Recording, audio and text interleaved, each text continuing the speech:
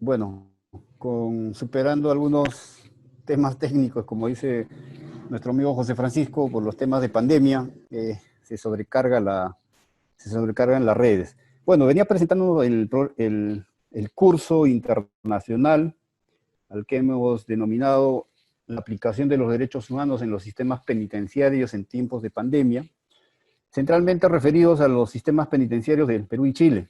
Por eso es que tenemos la participación de un experto en temas penitenciarios del país vecino Chile, que es nuestro amigo el coronel en retiro de la Gendarmería de Chile, José Francisco Maldonado Vera, que es el SIL del Instituto Nacional Penitenciario en el Perú. La idea de este curso es que los participantes al final del curso sepan y conozcan cuál es el marco general de protección a los derechos humanos a nivel nacional como internacional. Seguidamente, será importante que ustedes, los participantes, identifiquen cuáles son los mecanismos de protección, de monitoreo, de cumplimiento de estos derechos humanos a nivel nacional como internacional. Tendremos también que enfatizar cuáles son las categorías que eventualmente podrían afectarse cuando se vulneren los derechos humanos que vamos a conocer durante todo el decurso de este curso. Y finalmente, conoceremos cuáles son las medidas que los estados peruano y chileno han adoptado frente a la pandemia y en punto a los sistemas penitenciarios del Perú y de Chile. Es decir, cuáles son los mecanismos o las medidas que están adoptando los gobiernos del Perú y de Chile para enfrentar centralmente el tema de cómo no afecte a la población penitenciaria tan gravemente la pandemia del COVID, por lo que nosotros conocemos, centralmente el tema del hacinamiento. Para poder conseguir estos objetivos que estamos describiendo, hemos establecido una metodología que van a estar expresadas en las ponencias que vamos a desarrollar. El primer y segundo módulo va a estar a mi cargo. El tercer y cuarto módulo vamos a compartir con José para ver cómo el Perú y Chile han afrontado o están afrontando la pandemia del COVID en el sistema penitenciario, en ambos sistemas penitenciarios. Al final de cada módulo haremos una pequeña evaluación que se hará al inicio de la clase siguiente para poder medir las competencias que van adquiriendo ustedes como participantes. Entonces, dicho esto, muy brevemente, yo quisiera que José Francisco se presente con ustedes y más o menos nos explique cuál es su experiencia, cuál es su expertise en el trabajo del sistema penitenciario en Chile, para luego seguidamente yo retome y explicar los módulos que me corresponden y seguidamente también volverá a tomar la palabra José Francisco para poder concluir los dos módulos que le corresponden. Por favor, José Francisco, te pido que te presentes ante las personas que nos están siguiendo en este curso.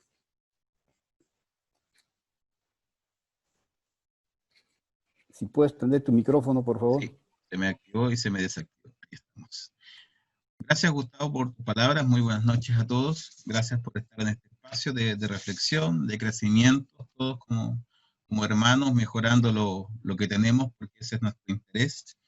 Les habla su servidor, José Maldonado Vera, oficial de Gendarmería por 26 años, llegué al grado de coronel, trabajando en unidades penitenciarias de alta complejidad en todo el Gran Santiago y en todo Chile, en diversas funciones, directamente en trato directo con la población reclusa, en áreas administrativas y operativas.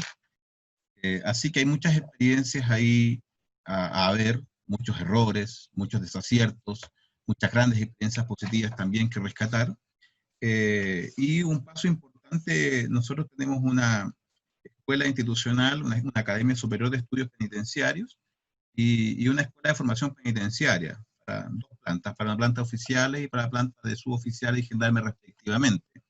Así que en ambos planteles también me correspondió ser docente en diversas disciplinas institucionales durante muchos años. Guardo un profundo cariño por la institución, mantengo un contacto muy permanente con sus autoridades, con sus cuerpos, y hoy día me dedico al coaching, y desde el coaching trabajo mucho con gendarmería en cursos de capacitación, y justamente hemos tocado estos temas que son ricos, es cómo vincular los derechos humanos con los procedimientos penitenciarios. Así que desde ahí, desde esa testera, les vamos a estar compartiendo nuestra realidad y mostrando crudamente cuáles son los números que tenemos hoy día, cuál es el estado del arte de nuestro sistema. Gustavo.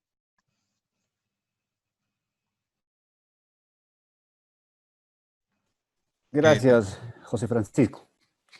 Bien, para un poco entrar en la motivación a los temas que vamos a presentar en el decurso de este curso, voy a presentarles un video bastante corto que da cuenta, que explica qué cosas son los derechos humanos, de manera bastante sencilla, bastante didáctica, y cómo los derechos humanos son transversales a todas las actividades que desarrollamos, más aún si somos funcionarios del Estado, porque es el Estado el primer responsable en cumplir con los derechos humanos. Es un video que algunas organizaciones de Naciones Unidas, algunas organizaciones que trabajan en Naciones Unidas han desarrollado para motivar el conocimiento de los derechos humanos en el mundo.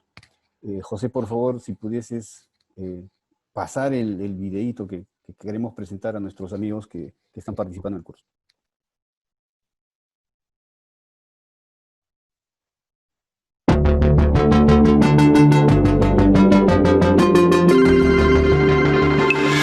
El mundo está formado por diversas culturas, países y personas.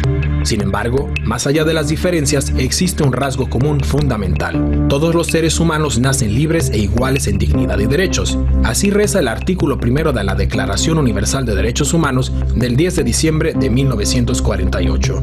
Los derechos humanos se han convertido en uno de los conceptos más importantes de la historia de la humanidad. ¿Pero qué son realmente los derechos humanos? ¿Quién es responsable de su defensa? ¿Y son realmente válidos para todos los seres humanos? Se entienden por derechos humanos aquellos que corresponden a toda persona por el solo hecho de serlo. Son innatos. Los derechos humanos tienen validez sin excepción para todo ser humano en cualquier parte del mundo. Son, por lo tanto, universales. Son válidos para todas las personas por igual, independientemente de su raza, religión, sexo, orientación sexual, color de piel, edad u otras características que puedan diferenciar a los seres humanos entre sí. Los derechos humanos forman parte del derecho internacional. Ya la Carta de las Naciones Unidas de 1946 contenía importantes pasajes dedicados a la protección y el significado de los derechos humanos. El primer acuerdo internacional al respecto es la Declaración Universal de Derechos Humanos de las Naciones Unidas de 1948. En 1966, la ONU aprobó otros dos instrumentos internacionales, el Pacto Internacional de Derechos Civiles y Políticos y el Pacto Internacional de Derechos Económicos, Sociales y Culturales. Juntos se denominan Leyes Internacionales de Derechos Humanos. Son la base jurídica más importante a este respecto. A todos ellos hay que añadir otra serie de convenciones. La Convención sobre el Estatuto de los Refugiados, la Convención sobre los Derechos del Niño, la Convención contra la Tortura y la Convención sobre los Derechos de las Personas con Discapacidad. ¿Pero cuáles son en detalle los derechos humanos fijados por estos instrumentos? A menudo se clasifican los derechos humanos en tres generaciones o dimensiones. La primera dimensión, los derechos civiles y políticos clásicos. A este grupo pertenecen el derecho a la vida y la integridad física, la prohibición de la esclavitud y el trabajo forzoso, la protección contra la tortura, la libertad de opinión, la libertad de conciencia y religión, una amplia prohibición de la discriminación, además del derecho al voto. La segunda dimensión, Los derechos económicos, sociales y culturales, como el derecho a un trabajo y una remuneración adecuada, el derecho a la fundación de sindicatos, la paridad en los derechos de hombres y mujeres, la protección de la familia, las mujeres embarazadas, las madres y los niños, el derecho a nivel de vida adecuado incluyendo una alimentación nutritiva, el derecho a la mejor salud posible, el derecho a la educación y el derecho a la participación en la vida cultural. La tercera dimensión está compuesta por los derechos colectivos, por ejemplo, el derecho a la autodeterminación, el derecho al desarrollo, el derecho a un medio ambiente limpio y el derecho a la paz. En este sentido, resulta fundamental el principio de la indivisibilidad de los derechos humanos. Según este principio, no puede establecerse una jerarquía entre los derechos políticos, económicos, sociales y culturales. Los derechos humanos deben garantizarse conjuntamente. La realización de los derechos civiles y políticos depende de la garantía de los derechos económicos, sociales y culturales y viceversa. ¿Y quién se ocupa de que se apliquen y respeten los derechos humanos? La responsabilidad principal recae en los gobiernos. Estos no pueden perpetrar ninguna violación de los derechos humanos. Deben protegerlos de los ataques de terceros y tienen que crear las condiciones para su absoluto cumplimiento. El órgano central de la ONU es el Consejo de Derechos Humanos, formado por 47 estados con sede en Ginebra. El Consejo de Derechos Humanos revisa regularmente la situación de los mismos en los estados miembros. Asimismo, puede enviar expertos independientes a países específicos. Pero existe un problema. En este órgano participan muchos estados que en la práctica no protegen los derechos humanos. El Consejo de Seguridad de las Naciones Unidas se ocupa especialmente de la protección de los derechos humanos en guerras y conflictos armados. Sus esfuerzos se dirigen, por ejemplo, a luchar contra el reclutamiento de menores como soldados. La Alta Comisionada de las Naciones Unidas para los Derechos Humanos coordina todas las labores relativas a este respecto y dispone de varias oficinas locales que pueden enviar a expertos en derechos humanos a las misiones de paz de la ONU. La Corte Penal Internacional de La Haya. Por primera vez existe desde 1998 una instancia que puede investigar y condenar violaciones especialmente graves de los derechos humanos, como son el genocidio, los crímenes de guerra y los crímenes contra la humanidad. Sus alcances todavía son limitados a causa de la falta de apoyo de importantes naciones como los Estados Unidos de América o China. Sin embargo, este es un importante paso ya que los criminales de guerra ya no pueden estar seguros de permanecer impunes. Además de las instituciones internacionales de la ONU, existen otros organismos y acuerdos en materia de derechos humanos a niveles regionales. El Convenio Europeo para la Protección de los Derechos Humanos y de las Libertades Fundamentales, o el Tribunal Europeo de Derechos Humanos en Estrasburgo, la Carta Africana de Derechos Humanos y de los Pueblos, y la Convención Americana sobre Derechos Humanos. La sociedad civil asume un papel especialmente importante. Las organizaciones no gubernamentales como Amnistía Internacional o Human Rights Watch se encargan de vigilar en todo el mundo el respeto de los derechos humanos y de llamar la atención sobre violaciones a los mismos. Mediante su presencia en la opinión pública, ejercen presión sobre los gobiernos. Asimismo, participan en el desarrollo de las bases jurídicas. También cabe destacar la importancia de los institutos nacionales de derechos humanos, instituciones independientes que asumen un rol esencial en cuestión de vigilancia de derechos humanos. ¿Pero existen controversias en materia de derechos humanos? Sí, sobre todo dos aspectos son controvertidos.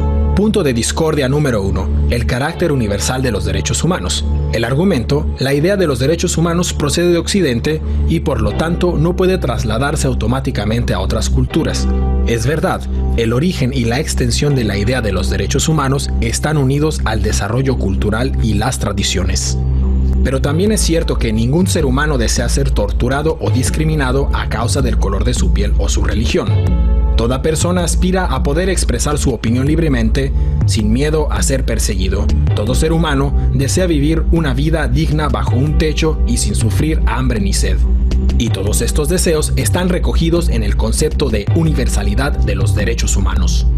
Cabe destacar que la universalidad se pone en tela de juicio por estados o grupos responsables de violaciones de los derechos humanos. Punto de discordia número 2. Los estados occidentales son acusados de utilizar los derechos humanos como excusa para atacar militarmente a otros países al mismo tiempo que violan los derechos humanos. La realidad es que ningún Estado garantiza por completo los derechos humanos. También en los estados occidentales existen violaciones de los derechos. Especialmente tras los atentados del 11 de septiembre de 2001, se introdujeron una serie de medidas que recortan los derechos humanos y que se justifican argumentando la necesidad de la lucha antiterrorista. En conclusión, podemos comprobar que los derechos humanos son especiales, corresponden a todo ser humano por igual. Su protección y su respeto deben ser prioritarios en las actuaciones gubernamentales, porque los seres humanos son el punto de partida y el objetivo de toda política. El Estado está al servicio de las personas y no al revés. Los derechos humanos requieren una lucha constante para su protección y su defensa. Solo si respetamos los derechos humanos podremos asegurar la paz y la estabilidad a largo plazo. Listo, Gustavo. Bien, José, gracias. Bueno, la idea de presentar este video era precisamente motivarlos. Y en el curso veremos esto que dice el video, ¿no? Que los derechos humanos son para todos.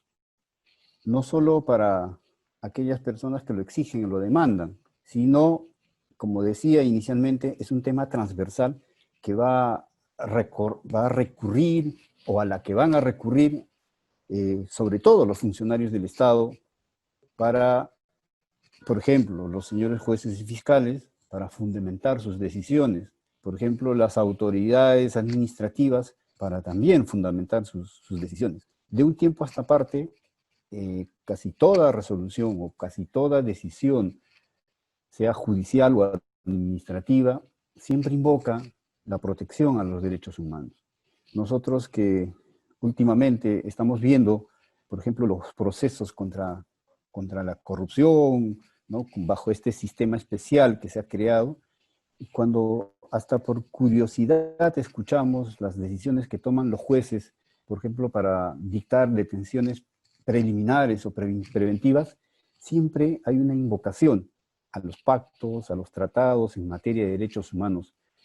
¿Para qué? Para justificar adecuadamente y no se cuestione posteriormente la decisión que se tome, sea un sentido positivo o un sentido negativo.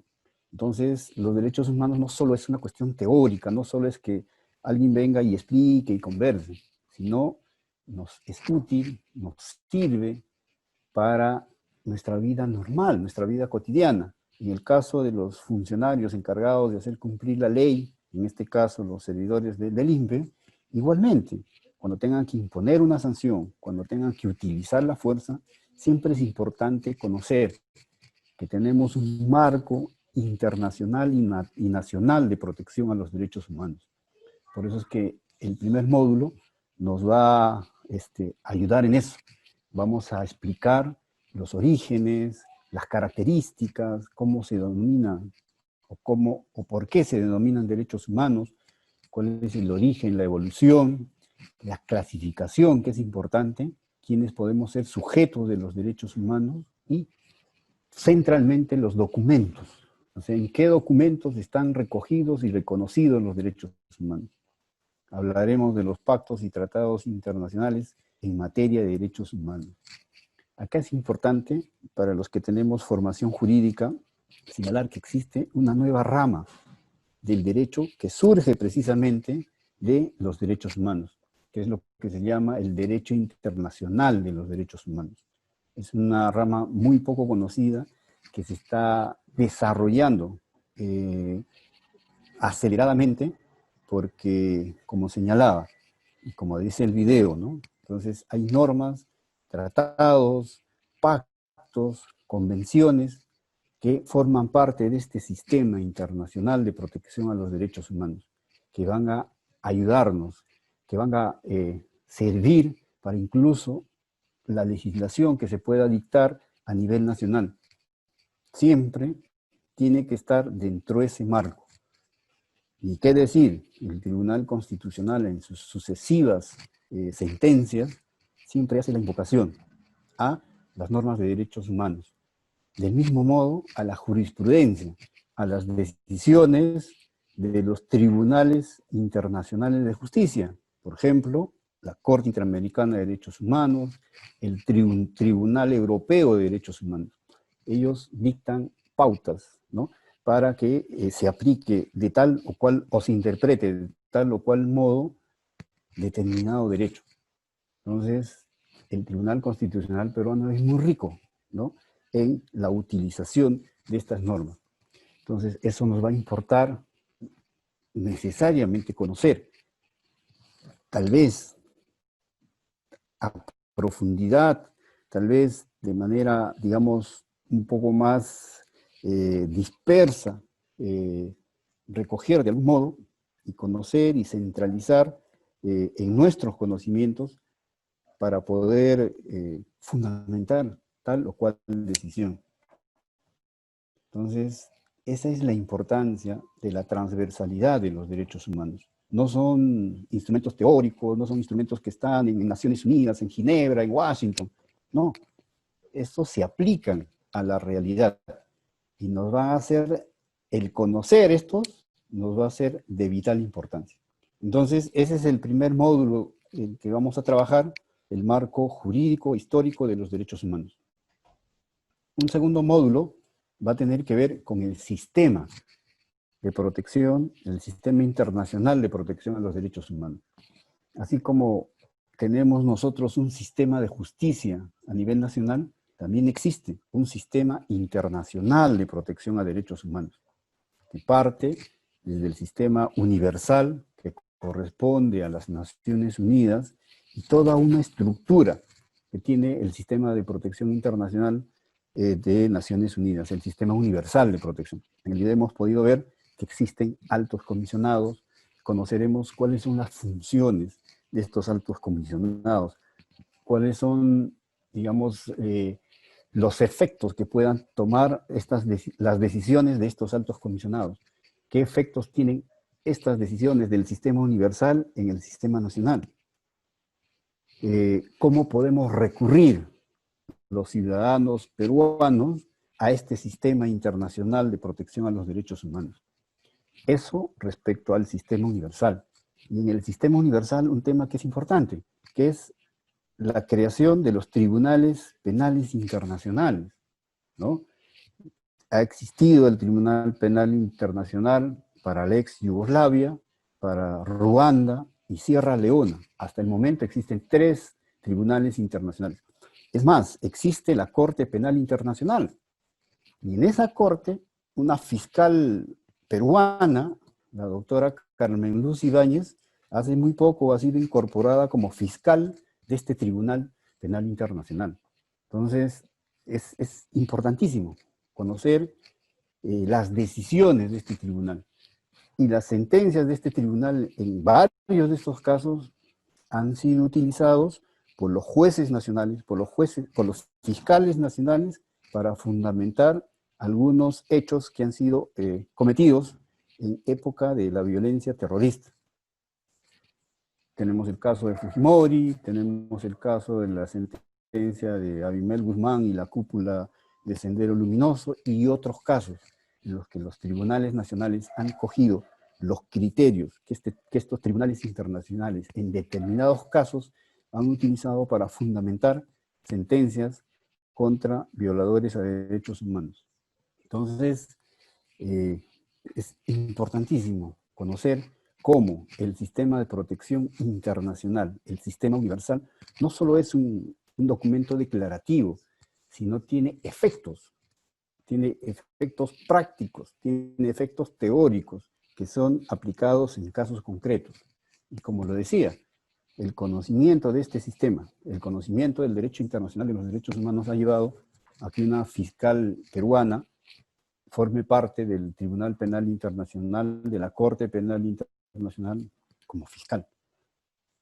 Tenemos también un sistema de protección regional que está concretado en la Organización de Estados Americanos, la OEA. La OEA, al igual que Naciones Unidas, tiene una estructura, tiene un funcionamiento, tiene una serie de estamentos, de instancias a las que podemos recurrir. Estas instancias están obligadas a controlar, a monitorear a los estados parte en el cumplimiento, en la vigencia de los derechos humanos. Entonces también es otra estructura que nos interesa conocer. Es una estructura también judicial, llamémosle así, porque tenemos a la Comisión Interamericana de Derechos Humanos, tenemos a la Corte Interamericana de Derechos Humanos. Y también ellos dictan algunas medidas, dictan sentencias que son de obligatorio cumplimiento por la justicia nacional. Entonces, como vuelvo a repetir, no es un tema declarativo, que no, los derechos humanos son una cosa que es para los que conocen, que están en las nubes, no pisan la realidad. Existen hechos, casos concretos en los que la Corte Interamericana ha sancionado al Estado peruano por vulnerar, por afectar los derechos humanos de ciudadanos del Perú. Es más, las sentencias de la Corte son de obligatorio cumplimiento. Entonces, importa conocer cómo, por ejemplo, acceder a este sistema, ¿no? ¿Cuáles son los mecanismos? Debemos acudir directamente a la Corte, debemos acudir a la Comisión Interamericana, cuáles son los mecanismos, qué cosa es lo que debemos hacer o en qué situaciones, en qué circunstancias podemos acudir a este sistema internacional, regional de protección a los derechos humanos. Porque no todos podemos acceder. Existen una serie de limitaciones, existen una serie de requisitos que debemos cumplir para poder acudir al sistema de protección regional de los derechos humanos. Entonces, como les decía al principio, y al presentar este curso, importa, en principio, a todos los ciudadanos que tengan interés en conocer qué cosas son los derechos humanos. Importa también, con especial incidencia, a aquellos funcionarios del Estado. Como decía, el Estado o los Estados que suscriben o se comprometen a cumplir los pactos y tratados internacionales en materia de derechos humanos son los principales obligados en cumplirlos. Y son aquellos que incurren en violaciones a los derechos humanos. Entonces, si yo, como funcionario del Estado, tengo determinadas formas o determinadas responsabilidades en tomar decisiones sobre situaciones, me importa conocer qué cosas son los derechos humanos, cómo se protegen, cuáles son los instrumentos, cuáles son los mecanismos a los que tengo que acudir, los que tengo que invocar para justificar tal o cual decisión. Más aún, aquellos funcionarios encargados de hacer cumplir la ley, el conocimiento de esos derechos nos van a ayudar a poder evitar incurrir en tal vez alguna comisión de una violación a estos derechos humanos. Entonces, en suma, yo quería presentar estos dos módulos de manera bastante general y explicar y justificar de por qué debemos conocer, no solo como un tema teórico, no solo como un tema de aquellos, hay algunos que dicen, ¿no? Los derechos humanos son para los delincuentes, ¿no? Porque para la autoridad no existe derechos humanos. La idea es que al final de este curso tengamos presente y sepamos que esto no es así. Este es un tema transversal, este es un tema que vamos a utilizar en todas las actividades cotidianas que hagamos, incluso los que somos padres de familia, ¿no? Si tuviésemos formación, digamos, de derechos humanos desde la niñez, ¿no? Porque en las universidades, lamentablemente, en mis épocas de universitario, en los años 80, 90, no existía un curso de derechos humanos en la Facultad de Derecho. Y si existían, eran cursos electivos, porque no se les daba la importancia de vida.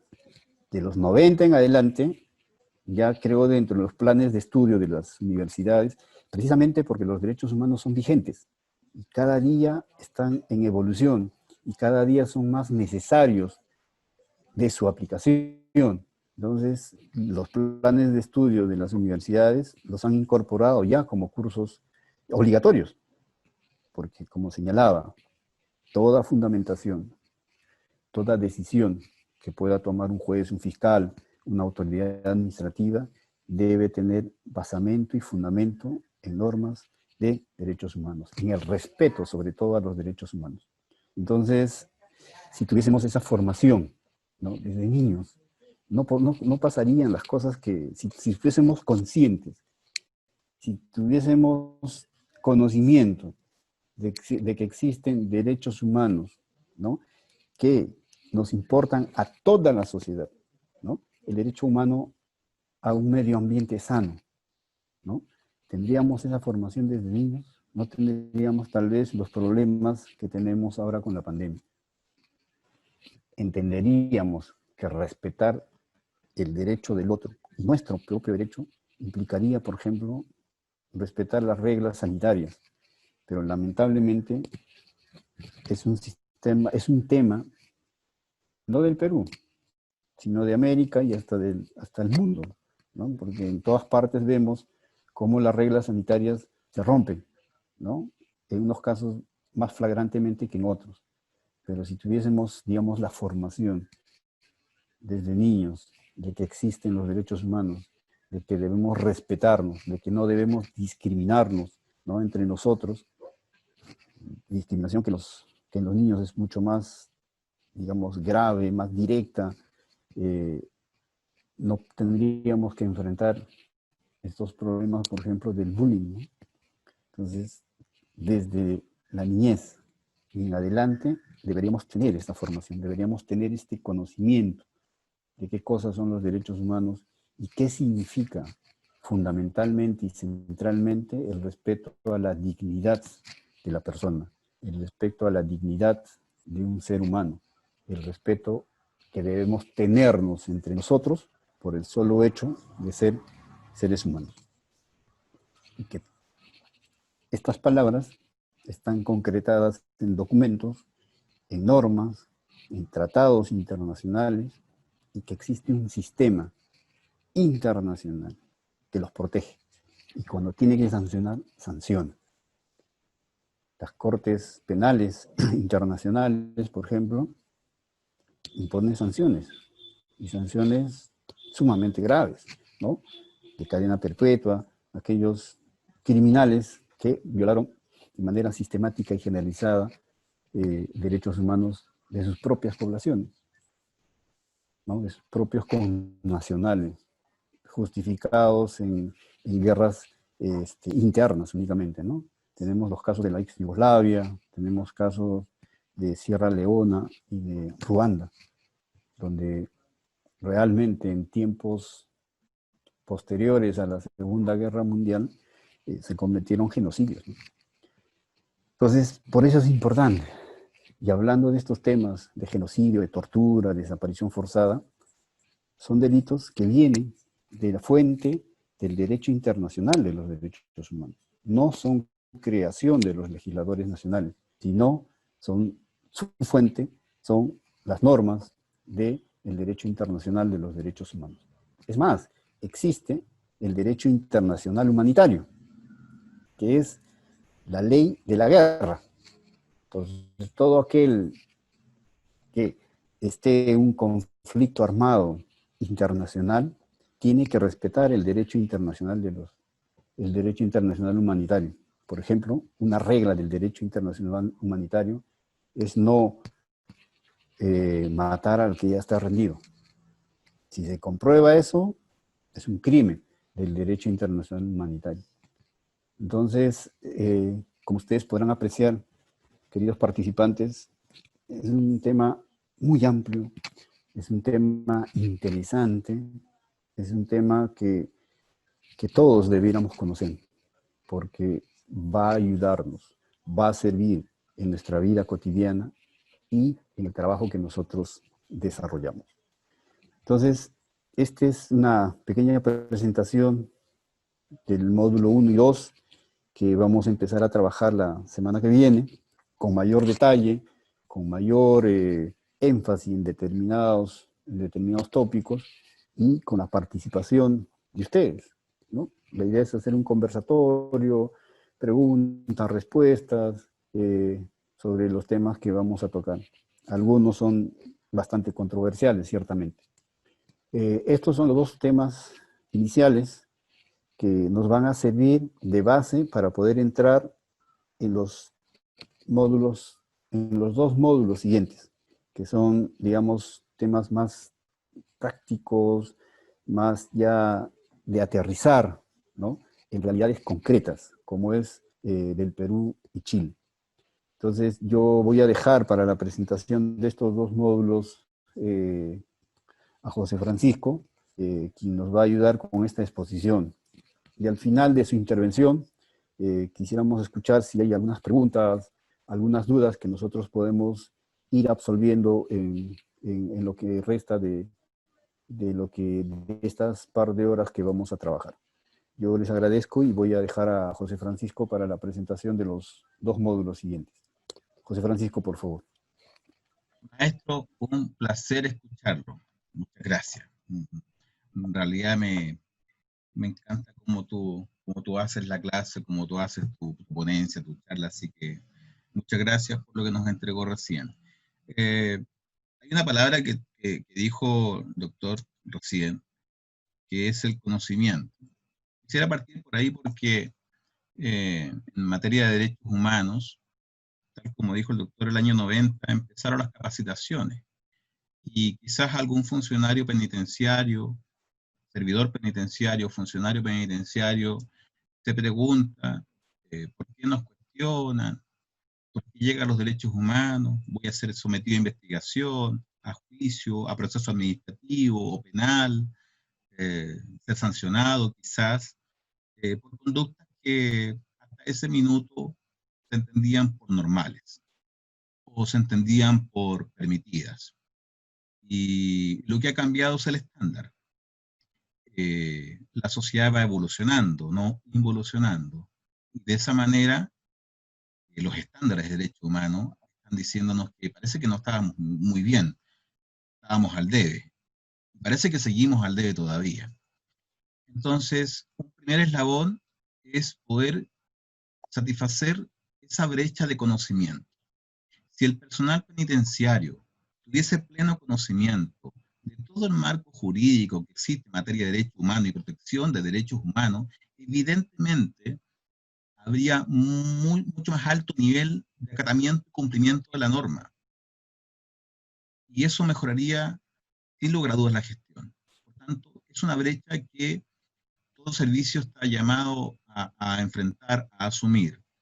La capacitación permanente y constante en materia de derecho humano en cuanto a cuál es el marco jurídico que existe en cada país para su ejecución.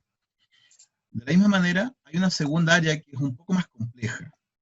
Y si lo estamos mirando de una matriz de funciones, la primera es el conocimiento, el saber. La segunda es saber hacer. Tiene que ver con lo procedimental. Y cuando hablamos de lo procedimental es un poquito más complejo porque la seguridad relativa depende de qué prisma le miramos, depende de quién administra la seguridad y cómo la visualiza. Casi puede caer un poco en algún grado de subjetividad, como el nivel de seguridad que estamos implementando en un recinto penitenciario. Y finalmente tenemos un saber ser, y el saber ser tiene que ver con lo actitudinal. Y ahí está la carga valórica, que es extremadamente importante poder tener, poder incorporar, poder desarrollar.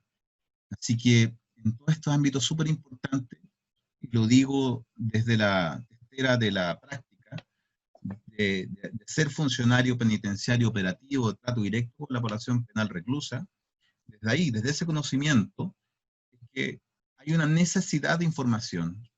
Para poder conocer las reglas del juego, tengo que aprenderme este reglamento. Para poder jugar cualquier disciplina deportiva, necesito las bases para saber qué hacer. Luego alguien tiene que entrenarme actitudinalmente, valóricamente tengo que estar yo muy claro de mi conducta ética dentro del campo deportivo. Acá es lo mismo. Estas tres áreas, saber, saber hacer y ser, tienen que ver con lo que estamos hablando. Entonces, ¿cómo llevamos a la práctica los derechos humanos hoy día? ¿Cómo lo hacemos nuestro? cómo mejoramos a través de ello la gestión de la institución a la cual pertenecemos, mejoramos su imagen institucional, su nivel de cumplimiento. Creemos que es posible, sin que inyectemos recursos, los recursos no son responsabilidad nuestra, poder generar un cambio positivo. En los próximos módulos vamos a hablar de mostrar un poquito cómo funcionan los servicios penitenciarios de Chile y Perú, cuáles son el marco jurídico que se rige, características, las leyes principales que lo rigen.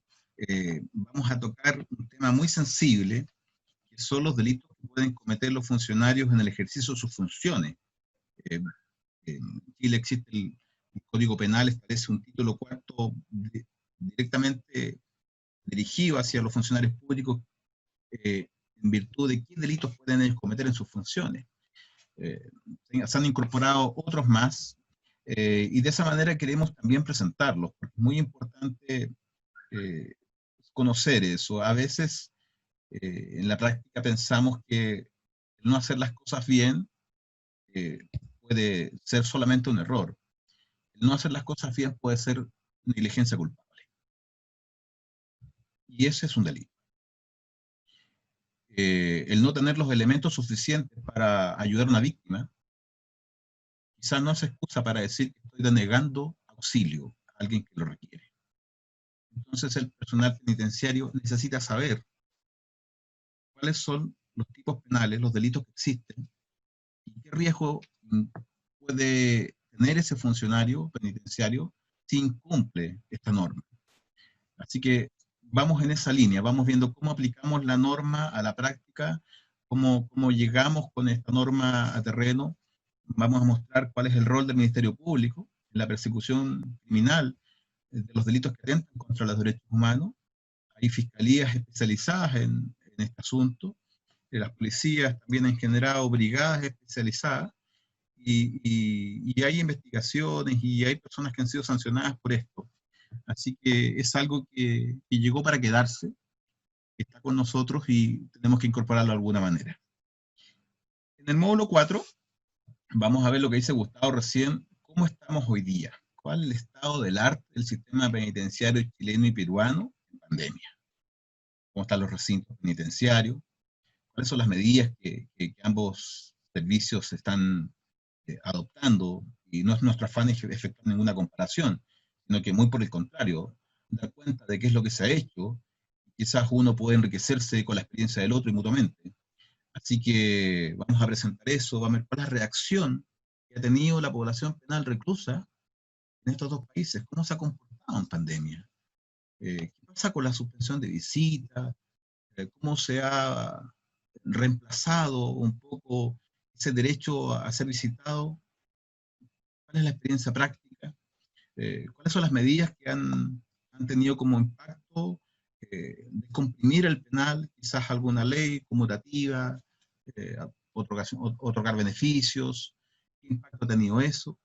Del mismo modo vamos a ver cómo se ha ido moviendo el personal penitenciario que está organizado, que está con sindicatos, y que también tiene demandas, que también tiene que, frente a las personas que normalmente hacen cuarentena, el funcionario penitenciario tiene que ir a hacer su función, tiene que ir a enfrentar el riesgo, el peligro, en lugares en donde no es posible generar ningún tipo de seguridad humana para evitar el contagio, dado que los espacios de la cárcel son espacios confinados, espacios cerrados, donde no es posible generar esa segmentación. Entonces, ¿qué se está haciendo hoy día? ¿Cómo se está llevando esto a cabo? Es interesante poder mirar este fenómeno porque a la luz de los resultados, por lo menos de hoy día, podemos decir que ambos sistemas están bastante bien comparativamente con otros sistemas que han colapsado en pandemia. Así que eso sería como introductorio. Y nos gustaría ver si tienen alguna consulta que hacer al chat o habilitamos los micrófonos. Nos dicen. Gustavo, ¿qué opinas? Sí, claro que sí, José. Agradecemos tu participación y ciertamente en estos dos módulos vamos a compartir, ¿no?, lo que está ocurriendo en el Perú como en Chile. José nos ayudará a entender cómo es el sistema penitenciario en Chile, que es distinto, obviamente, al peruano en su estructura, porque entendemos que los problemas son los mismos, ¿no? Y cómo desde cada estado se han dictado medidas para contrarrestar, digamos, el tema fundamental, que es el tema del hacinamiento. Entendemos que, como en el Perú, en Chile también se han dictado algunas normas legales para deshacinar a los penales. Bueno, y las consecuencias que tiene la aplicación de estas normas, ¿no?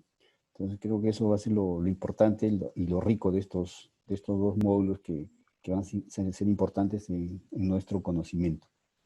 No sé si los participantes tuviesen alguna pregunta, alguna intervención, para ya en esta parte final poder conversar y no hacer un monólogo, ¿no?, sino más o menos ir conversando y ver tal vez qué cosa podamos añadir a lo que estamos planteando, a lo que estamos presentando. Entonces, sería importante que podamos escucharlos, no sé si por los mensajes nos puedan hacer algunas preguntas para poder nosotros absolverlas, ¿no? En todo caso, para un poco motivar el tema, yo te pediría, José, que nos puedas ir contando así muy brevemente qué conflictos está generando en la sociedad chilena la aplicación de estas medidas de deshacinamiento, ¿no? O sea, un poco, digamos, para ir motivando la intervención de nuestros participantes. Bueno, sí, tenemos un caso complicado, pero siempre ha sido complicado cuando, sobre todo, una persona privada de libertad accede a algún beneficio en la reclusión, ya sea un beneficio que confiera la Corte, como libertad condicional, o un beneficio penitenciario, y esta persona reincide, comete un delito, y ese delito es gravoso, y ese delito daña la sensación, la percepción de seguridad, y afecta la vida, la integridad física de un ser humano, sobre todo un ser humano inocente, débil, frente a este agresor. Eso resiente la sociedad y ha ocurrido siempre. Siempre que ocurre un hecho de esta característica, sucede eso. Tenemos el caso de un condenado que estuvo privado de libertad mucho tiempo, cumplió una condena y ahora fue beneficiado de libertad condicional, pero previo a la pandemia. Y cometió un delito muy horrible contra una mujer, una menor. Y por supuesto que la sociedad se abre la pregunta, ¿sí? ¿Tienen derecho o no tienen derecho estas personas que están condenadas por delitos atroces como homicidio a poder salir antes de su cumplimiento de su condena? Y está instalado la sociedad, está instalado el debate, está instalada la recriminación hacia los agentes del Estado que confieren este beneficio. Y hay una polémica ahí muy compleja respecto a que este caso, la chica Ámbar, el recluso o ex recluso, tenía un informe negativo de profesionales de gendarmería respecto de su comportamiento una vez alcanzada la libertad. Y la Corte, conforme a sus facultades jurisdiccionales y discrecionales, le confiere el beneficio. Entonces, es un debate abierto, es un debate muy abierto. Por eso yo partí diciendo que con la experiencia penitenciaria conozco muchos casos en la vida en donde este fenómeno ha ocurrido. Alguien que obtiene su libertad a través de una libertad condicional o que la obtiene a través de un beneficio intrapenitenciario y que violenta su palabra, no cumple su palabra y comete un nuevo delito, daña gravemente a otro ser humano. ¿Qué pasa ahí? Entonces es muy complejo, cada uno puede tener su opinión, pero que no podemos suspender los beneficios porque una persona no cumple palabra. De hecho, por ejemplo, si existe una norma y existe un delito, es porque se prevé que el ser humano, o más de algún ser humano, va a incumplir esa norma. Y por eso colocamos una sanción penal para ella. Entonces, quizás no hay norma que pueda evitar una conducta. El legislador pretende siempre que cada vez que dicta una norma, poder de alguna manera disuadir a los potenciales sujetos que quieran contrarrestarla, ponerlas en conocimiento que hay una sanción que van a tener al respecto.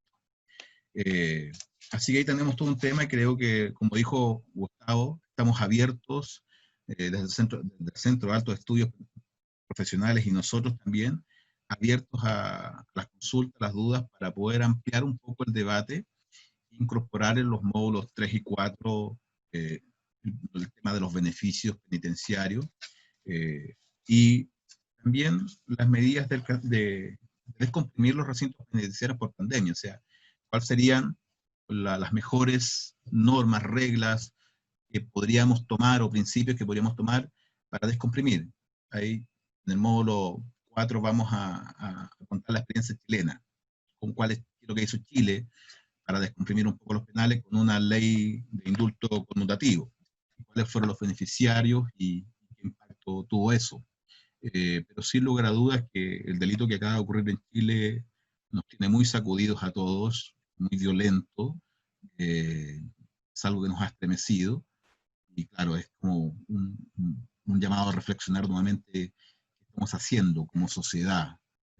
¿Damos oportunidad a estas personas o cerramos sus puertas? No obstante, si alguien es partidario de una pena de muerte, nosotros no la tenemos en Chile, muchos no somos partidarios de ella, y en algún minuto esta persona iba a cumplir su condena, en algún minuto iba a retomar su libertad, en algún minuto Ámbar iba a estar en riesgo quizás de igual manera. Sí, sí. Bueno, disculpen. Claro, acá en el Perú también, como comentábamos en algún momento, José, se han dictado diversas normas, decretos legislativos, con la finalidad de deshacinar los penales, ¿no? El anterior ministro de Justicia decía que en unos 15 días iban a salir alrededor de 10.000 internos, pero creo que ya ha pasado más de casi 2 meses y creo que no se ha llegado a esa cantidad.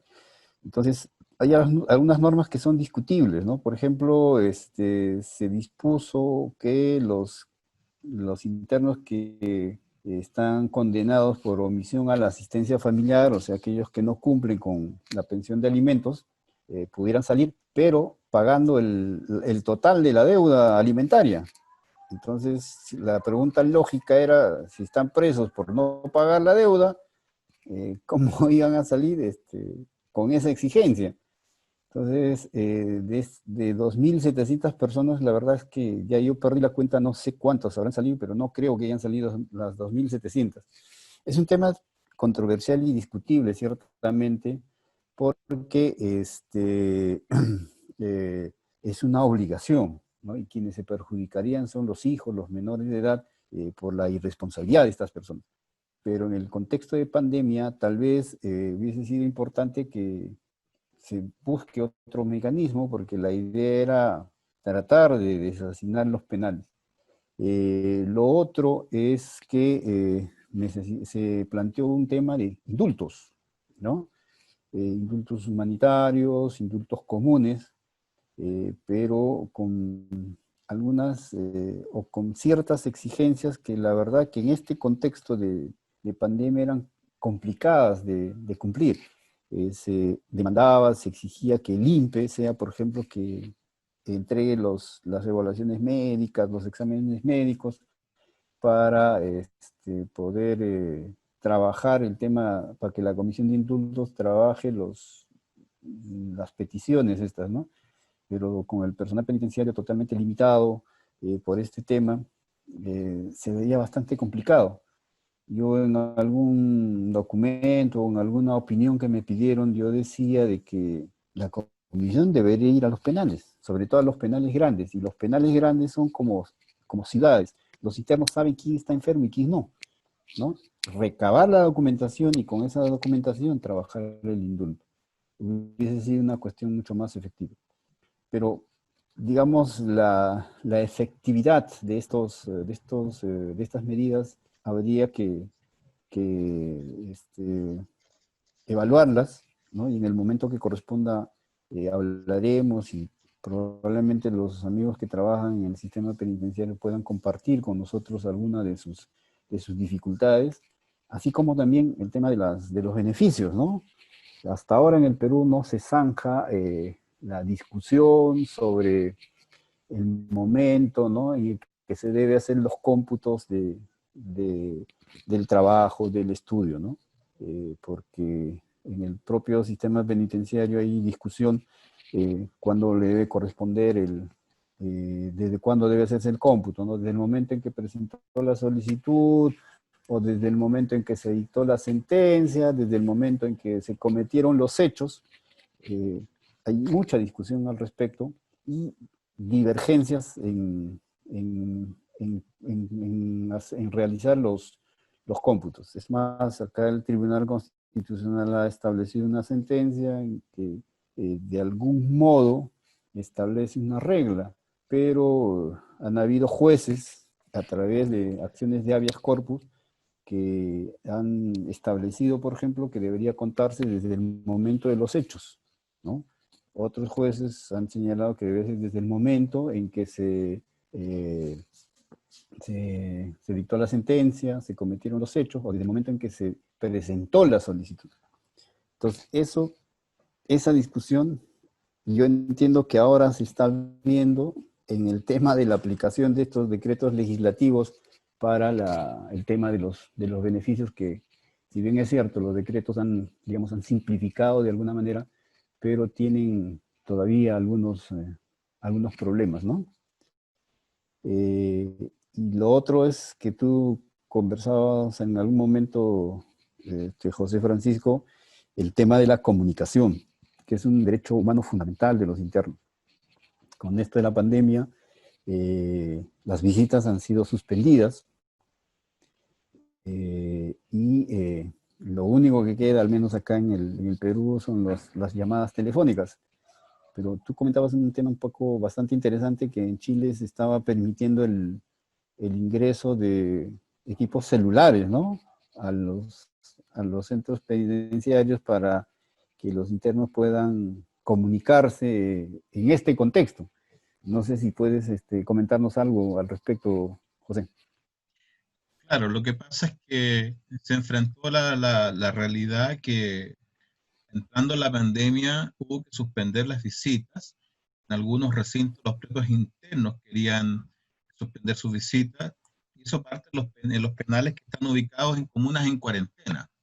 Y luego se extiende a todo el país, entonces la institución, buscando una solución a la necesidad de comunicarse para poder respetar este derecho, y también para evitar un poco el descontrol producto de las emociones que puede producirse en esta desconexión que sufre un interno en privada libertad. Entonces surge la necesidad de mantener el teléfono celular como un mecanismo de comunicación directo con sus familiares. El resultado está a la vista. Hasta este momento han habido incidentes, situaciones complejas en algunos recintos, pero de los 104 podemos decir que no son los 104 los que están en conflicto, sino que unos cuantos recintos, 3, 4, han tenido eventos complejos de difícil manejo, pero ninguno ha sido desbordado. Entonces las medidas en esa línea han sido bastante efectivas y han sido muy respetadas, muy bien vistas por las personas que están en privada libertad hoy día.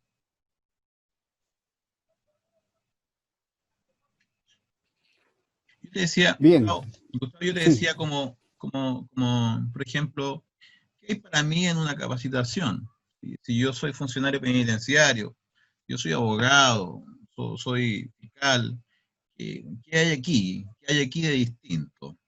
Yo me atrevería a decir que aquí lo que hay de distinto en este espacio donde estamos aprendiendo y compartiendo todos, es que la mirada tiene que ver con estas tres grandes dimensiones. Tiene que ver con esto de saber, donde tú nos vas a entregar y nos estás entregando ya un tremendo abanico del marco jurídico.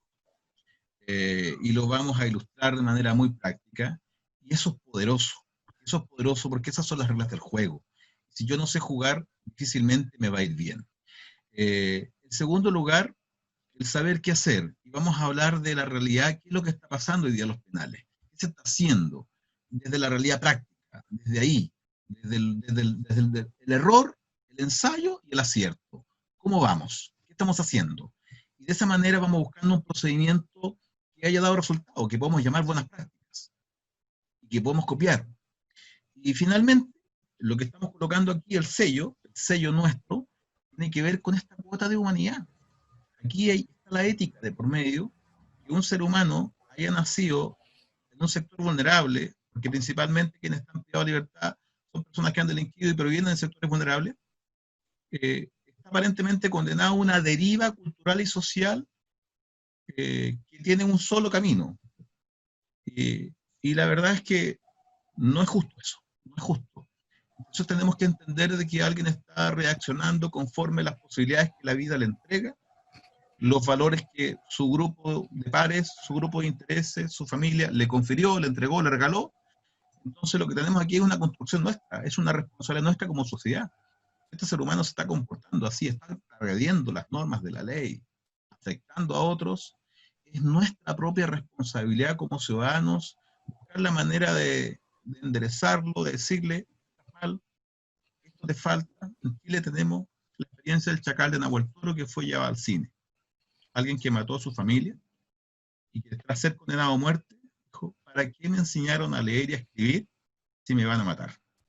Así que Claro, así es. Entonces, es bastante, digamos, controversial por los efectos que se pudiese tener, ¿no? Porque lamentablemente el común de la gente, por ejemplo, en este contexto de pandemia, cuando empezaron a ocurrir digamos, los reclamos de los internos, que felizmente no fueron en todos los penales, la gente o el común de personas señalaba que primero que había que atender a la población de fuera que a los de adentro, ¿no? Porque ellos por algo estaban y que, bueno, merecían morir, pues ahí.